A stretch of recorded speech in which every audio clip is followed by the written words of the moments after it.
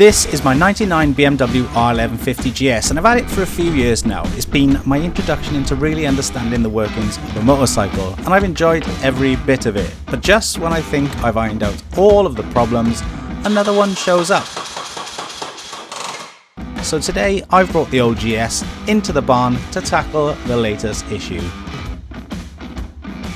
I thought this was going to be a quick job. Put the booster pack on, take the bike out for a ride, get it all charged up, make a little video as well, but as you can see here, the neutral light is off and there's nothing in the gear display. Normally it should show the N for neutral and have the green light on as well, but it's not playing today. So there's a bit more investigating to do now because there's obviously an issue somewhere else, and I think I know where that somewhere else is. There we go. At this point, I want to do a full charge on the battery, but for some reason, this little charger that I've got, it's a smart charger, isn't very smart. It seems to think that the battery is full. Now, I've tried it with another charger, and that is doing exactly the same thing. So what I'm going to do now is I'm going to just stick the booster pack on it, try and get some life in it, and just run it for a bit, and then I'm going to do some readings with a multimeter. As you can see, that Stanley booster pack is worth its weight in gold. The bike is running all right, but you can tell it just needs a good ride to get some more power back in the battery. After a bit of a breather, I tried starting the bike up again, but it wasn't to be. So for some reason, this thing is not playing now. I don't know why. It's got a red light. And then the SD card was full. Evening number 2 in the barn with the BMW GS. The plan is to take off the tank and then have a look to see what is going on in there. And I had my money on a loose connection, but it's always a school day with this bike. As easy as that these days, just so simple. Now I think the issue with not being able to connect the battery up is, well, there we are, as suspected. Loose connection on the battery. Now obviously the only reason why I know there was going to be a loose connection there is because I've had the issue before. I didn't feel anything loose last night because I couldn't really get in there with my hands. And these things didn't seem to be knocking anything out of the way, but just this thing beeping at me alone said there's obviously something not right with the connection. The power pack is fully charged.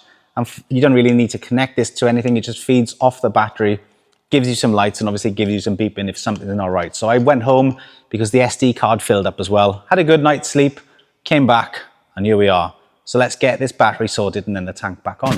So it's on with the 2 new washers that I've got. And I'm glad I did this because this has allowed me to get a much better purchase on that bolt. This will stop the bolts from biting into the battery terminal as well, which I've had in the past, and has also caused the things to work loose. Then it's on with the battery booster, green lights all round, which means everything is good and I was right to do what I did.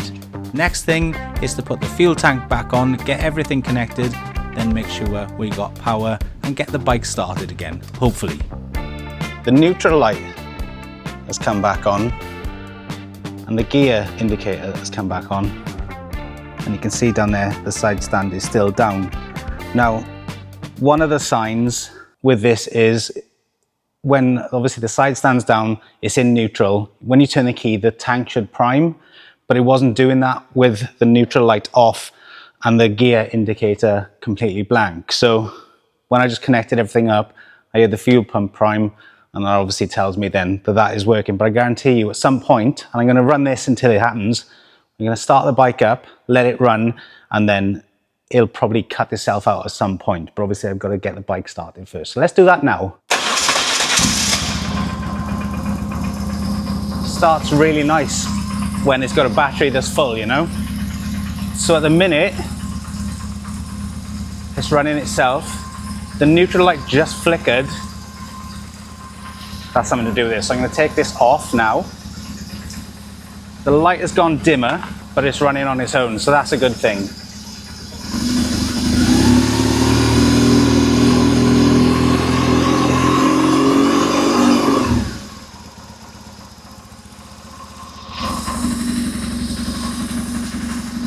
And now we wait for it to just die off. Now at this point the bike had been running for a while and I thought it wasn't actually going to stop again, so I changed the camera position and then went back to the bike, and then this happened.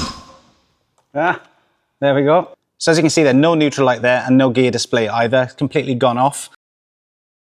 Now obviously this isn't a massive problem, but it's one that I don't want to deal with when I'm out on the road after taking it for a ride. I want to get it sorted in the barn and then I can comfortably take it out for a ride and actually enjoy the ride. So I think there's enough boost in this now to give it a bit of a start, so I'm going to do that. So that's the simple issue sorted then. The little washers on the battery have obviously allowed me to tighten up those connectors to the point where the Stanley booster pack will now read and get a good connection and actually give the bike a boost. So I'm happy with that. That's all sorted. The next thing I showed you obviously was the dash, the issues, and the bike killing itself as well because of the switch is just obviously not working or something's going wrong, and then it's just switching itself off because it thinks that it's in gear and it's a safety mechanism, obviously. So that's the thing I need to fix next. It is what it is. Like I said, I'm happy now in the position we're at. The only problem is next is I need to get some batteries before I can progress because my multimeters are dead.